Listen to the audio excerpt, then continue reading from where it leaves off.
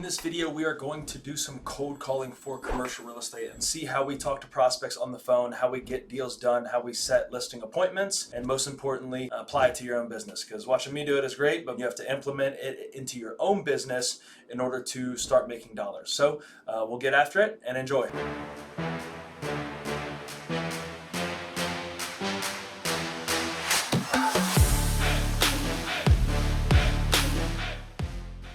All right, so the first dial here is going to be a 320,000 square foot warehouse in East Polk County. I've been trying to get after these owners for a while. I haven't made good contact with them, but I recently saw that a property contiguous to them sold for about $30 million. It was a cold storage facility, but another industrial facility. And I've been trying to get a hold of these guys for a while. They're down south Miami owners. And I called a number probably 6 months or so ago, and I didn't understand what the guy was saying. I don't speak Spanish. I'm not bilingual, but we actually had one of our interns with us. She spoke Spanish, and she said that he cursed me out. So we'll see how this one goes. Yeah, hi, this is Augie Schmidt calling for Mr. And this is about the property in Arbondale. There's an interesting insight I wanted to run by you, actually something that just happened in the neighborhood. So if you can give me a call back, it'd be greatly appreciated. 863. Thanks, bye.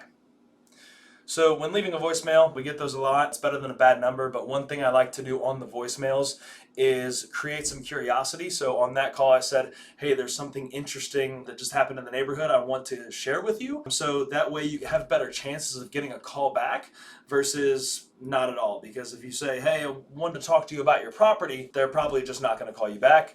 But if there's something that's happening in the neighborhood, some interesting insights going on, there's a better chance they call you back. So we'll put him on the list. We'll follow up with that one in about the next week or so, and we'll go from there. All right, so same property owner, different number. Let's see how it goes.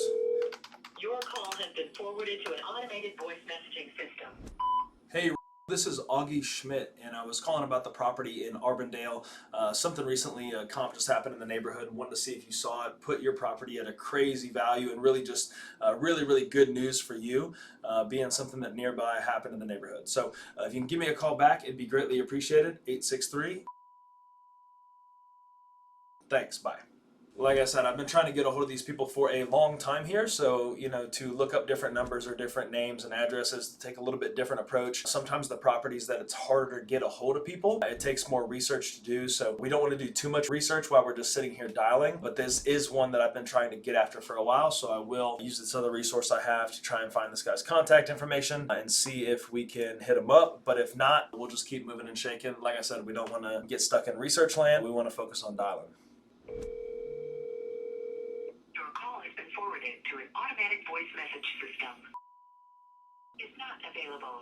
Yeah, hey, this is Augie Schmidt, and I was calling about highway in Arbondale. There were some recent developments that just happened in the neighborhood, which means really good news for you guys at that property. So if you can give me a call back, I'd love to share that with you. 863. Thanks, and have a great day.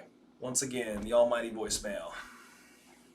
But that was confirmed. So he actually had a voicemail and had his voicemail set up. So he said, hey, this is my name. Leave a message. One thing we'll do now is we'll put them on a list to send a piece of direct mail, and that can often look like a handwritten letter. We also do some postcards that we send out. We'll put some resources on our website that you can download, but postcard with a white blank slate, write it in on there, or just strictly a handwritten letter, a postcard with a nice embroidery, a signature or something on it, but make sure it's handwritten and send it to somebody and say, hey, I tried to call you, give me a holler. Almost the same thing as a voicemail, but introduce yourself and try to get that call back. So we'll put them on a list for that. And also, like I said, when you send that out, the biggest thing, don't do that in a label printed envelopes. That is one thing that we always hand write on our envelopes, unless we're sending like 10, 20,000 a piece. But we usually, if it's less than 500 or so, we usually like to hand write it. And like these in a week, it's like, hey, we might send 10, 15, 25, but handwriting on the front adds that personal touch, which means that people have a much higher likelihood of actually opening it, which is the whole point of sending the mail in the first place. So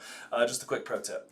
All right, so for this next one, this is a owner-user property, and we really can't find the owner's information, but we can find the general manager. We believe that this is a family-owned company, and this might be a son, a brother, nephew maybe, but it is all the same last name as what we know the property owner's is. So we're gonna try and give them a holler and see what we can get. Thank you for calling the food service industry's premier lid manufacturer in Central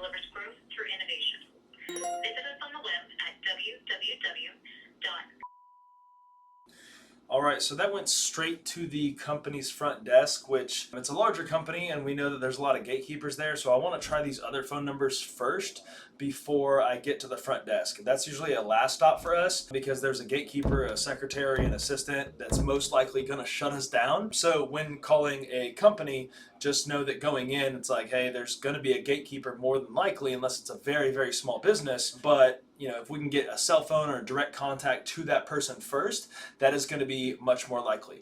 Also, and this is just a pro tip, what's worked for me before is if you do get to a gatekeeper, sometimes, especially dealing with older folks, I'm a younger guy, I want to be respectful. So most of the time I will say their last name, Mr. Smith. But if their first name is Jim and you get at a gatekeeper, if you call a gatekeeper and say, hey, yeah, I was looking for, Mr. Smith, then they're going to know, like, man, this is somebody trying to sell something.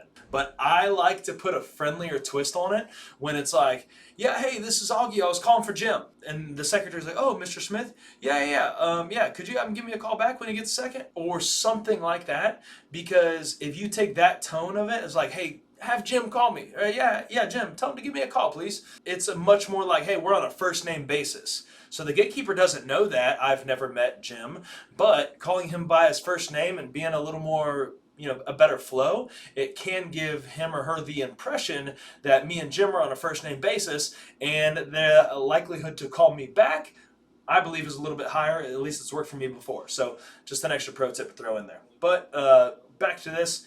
We'll keep digging through and try to find a more direct contact to who we're looking for at this property. Hi, this is leave a message. Hey, this is Augie Schmidt with SVN, and I was calling about the property on Turkey Creek Road. If you can give me a call back, we actually have somebody that's in the market actively buying industrial properties and doing it on more of a sale-leaseback basis. I wanted to talk you guys through the strategy to see if it made sense for you all. This is something that a lot of industrial owners are taking advantage of and cashing out at the top of the market while still staying in their current facility. So if you can give me a call back, that would be greatly appreciated. This is the best number to reach me at, which is 863. Thanks and have a great day. Once again was a confirmed voicemail. We got the owner's name that we were wanting to get to, or I guess the general manager's name we were wanting to get to. So we have confirmed that this person is part of the family. This is a contact for them, and hopefully that voicemail can get us a call back. Some people have heard of the sale-leaseback strategy, some have not. This is something we have actively done with owner users in the market, and I know this is an owner user building, which is why I pitched that strategy. And we do have multiple buyers that have executed on this strategy for more local owner users and signed a long-term lease, and they've been able to cash out on the asset while still staying in the property. Also, when leaving a voicemail, I kind of fumbled through my words, like still staying. Fumbling through your words in a voicemail, it's an okay thing.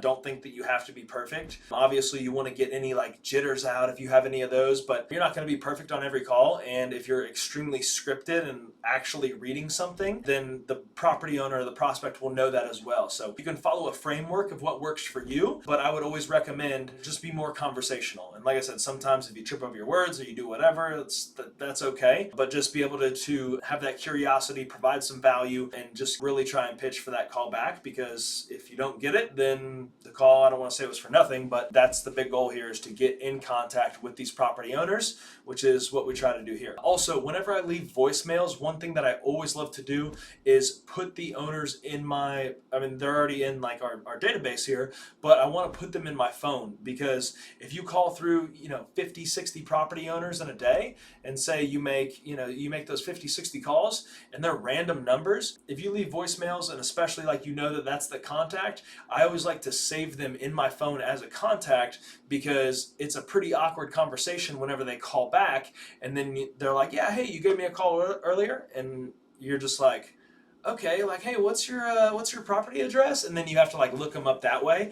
That tends to be pretty awkward. So that's one thing I like to do, is save their contact information in my phone. I also like, in iPhone, you can have like the company name. So I always like to put in the bottom in the company name, I like to put the property address, so you can, if you see them calling and you're at your desk, you can quickly type that in or pull up your database, and then you can reference back to that property during that time. So that's one thing that I like to do to stay up to speed and not get caught off guard when prospecting for new business.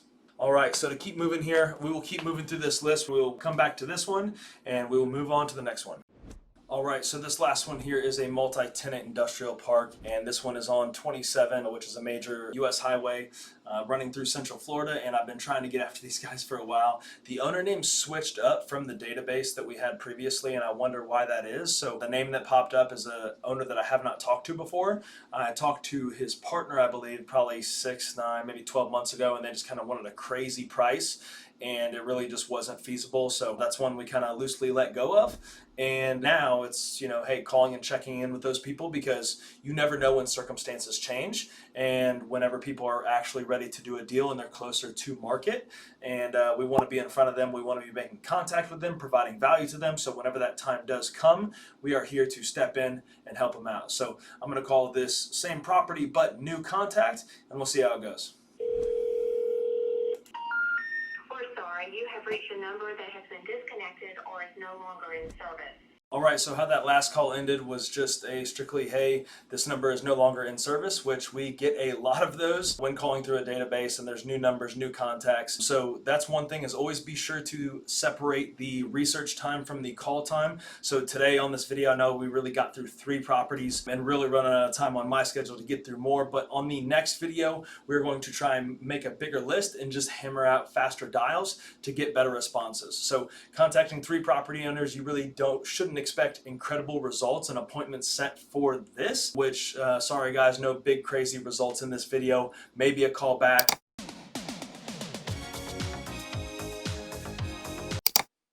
All right, so just wanted to drop a quick update. So I heard back from one of the leads that we called. This was the BC class 280,000 square foot industrial building, and they didn't have a use as far as like a sale leaseback. That didn't make sense for them, and they weren't really growing or shrinking in size, so they didn't really need another facility.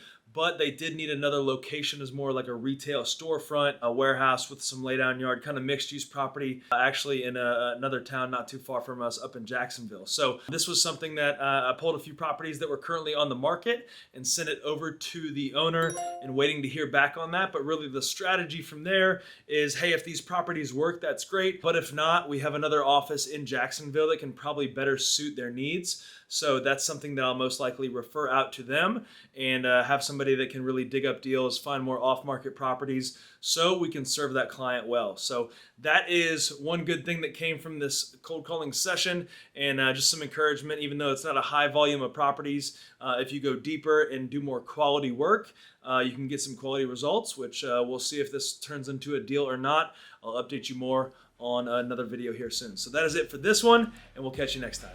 The transition to commercial real estate was a very long process because I had hit that financial freedom number through residential, but I didn't feel satisfied and I didn't feel like my talents were being used.